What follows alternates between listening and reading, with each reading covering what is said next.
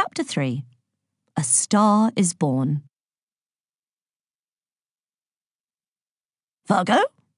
Virgo? Wake up! Pencil sharpness, burbled Virgo, her long silver hair flopping over her face as she woke with a start in the middle of the Zodiac Council meeting. Whatever are you babbling about, child? Grumbled Pisces, the large fish whose turn it was to chair the council in November. So have you done it? Virgo tucked her hair neatly behind her ears and fidgeted slightly in her sumptuous red chair. Sofa, really, one of 12 that surrounded the circular golden table, which was elaborately engraved with every councillor's zodiac sign. She had only been half listening as the other 11 members of the council, 12 if you counted the Gemini twins separately, discussed whether to renew Dionysus's pub licence and if the Cyclops were entitled to half-price eye care. Her mind had started to wander, as it frequently did these days, to what life might be like outside Elysium, her heavenly home above the Earth's clouds. This was absolutely not because there was anything wrong. Not at all. Virgo's life, like her, was completely perfect. Administering the immortal community was, after all, an immense privilege. The Zodiac Council had been appointed by Zeus himself when he and the other Olympians retired. Now it was responsible for organising every aspect of immortal life, from justice to jumble sales. But however scintillating it was to ensure that sea nymphs had regulation Veruca socks, or that Chimera smoke alarms were tested quarterly, Virgo found herself wondering if there wasn't something else. Nearly 2,000 years in the same job looked excellent on the CV, but it was possibly getting slightly less than fascinating. Immortal life was a gift, a miracle, a blessing. It just went on a bit. Virgo, shouted Pisces, snapping her out of her daydream. So have you done it? Virgo tried to look as if she'd been listening, but realised that either answer could be wrong. Deciding that no response was better than the incorrect one, Virgo was never incorrect. She shrugged a bemused apology. For goodness sake, child, pay attention, snapped Pisces, a frustrated bubble escaping his pink lips. The muses need that stationery order right away. It's no use being the source of all creativity if you can't find a paperclip.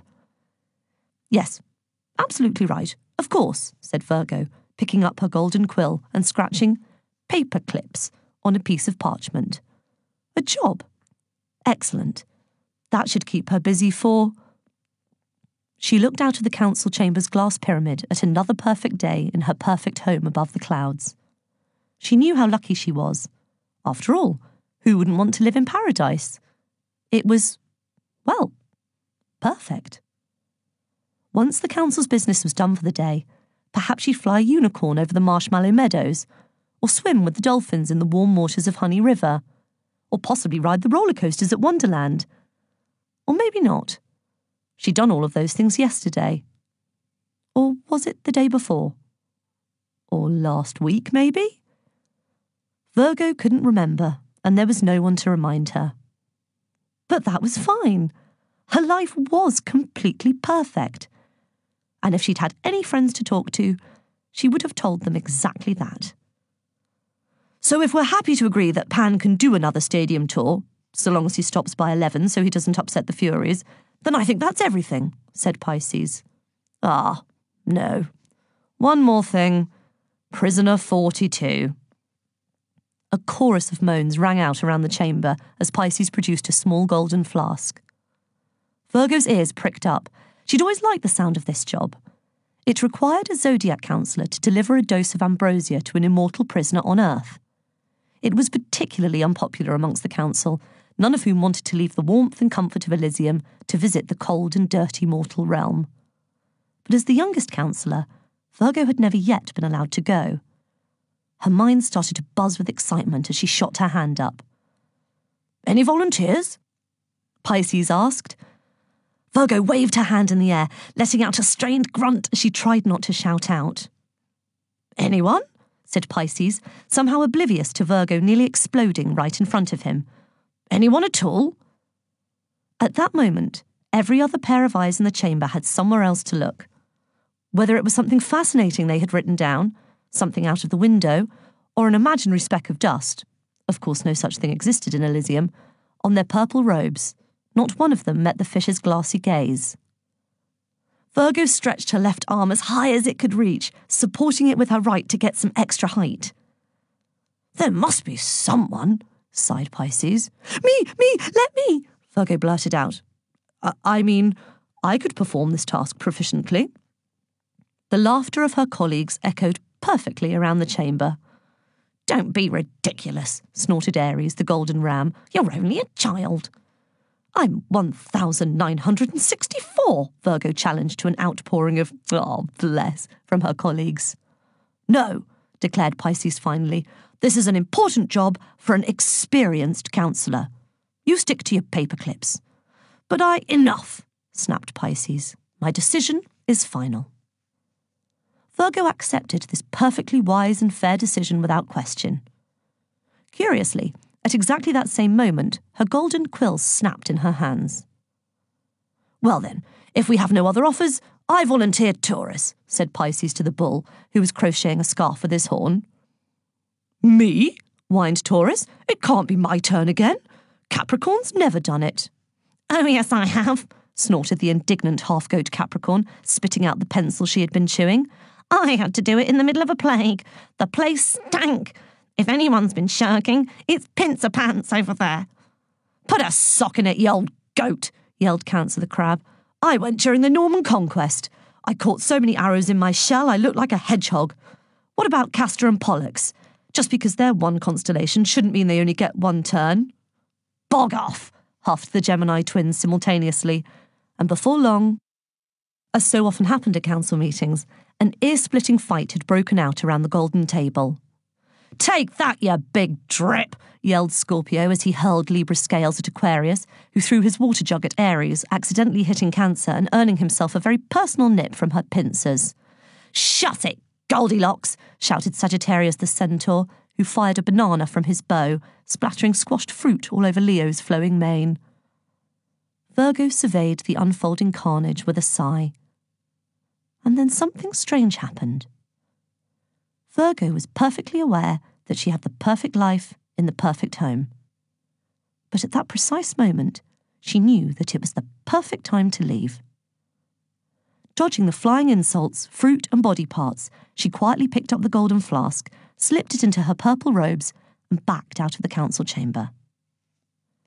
The moment Virgo's feet touched the cloud outside, she began to run, picking up superhuman speed with every step. As soon as she reached the edge of the clouds, she threw her arms wide open, which immediately transformed her into her starry Virgo constellation.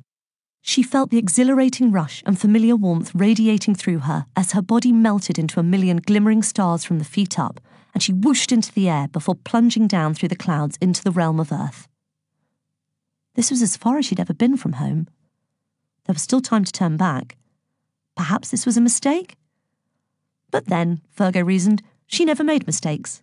She was perfect, so this must be the right thing to do. She blasted into the Earth's night sky, feeling gloriously happy and free. She'd heard so much about this realm, and as she looked down, she could see that, yes, it was extraordinary.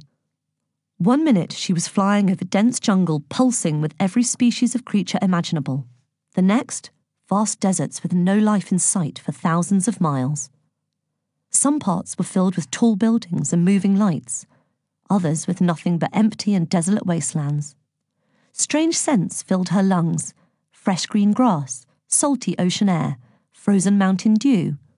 She circled the earth countless times, noticing different details every time she went from day to night, from the wonderful to the worrying to the downright weird. The diversity was endless. Everything was just so new. Not perfect, like her home. Just different. Indeed, Virgo was so excited by this journey of discovery that it took her a while to realise that she was missing one useful piece of information. She had no idea where she was supposed to go. Virgo racked her brain for any details she'd gleaned from other counsellors.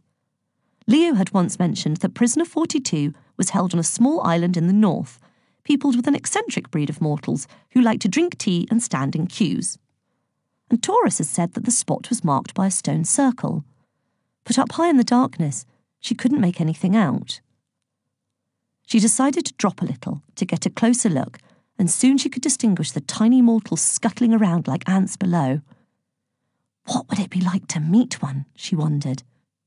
But no, that was against the rules, and Virgo always obeyed the rules.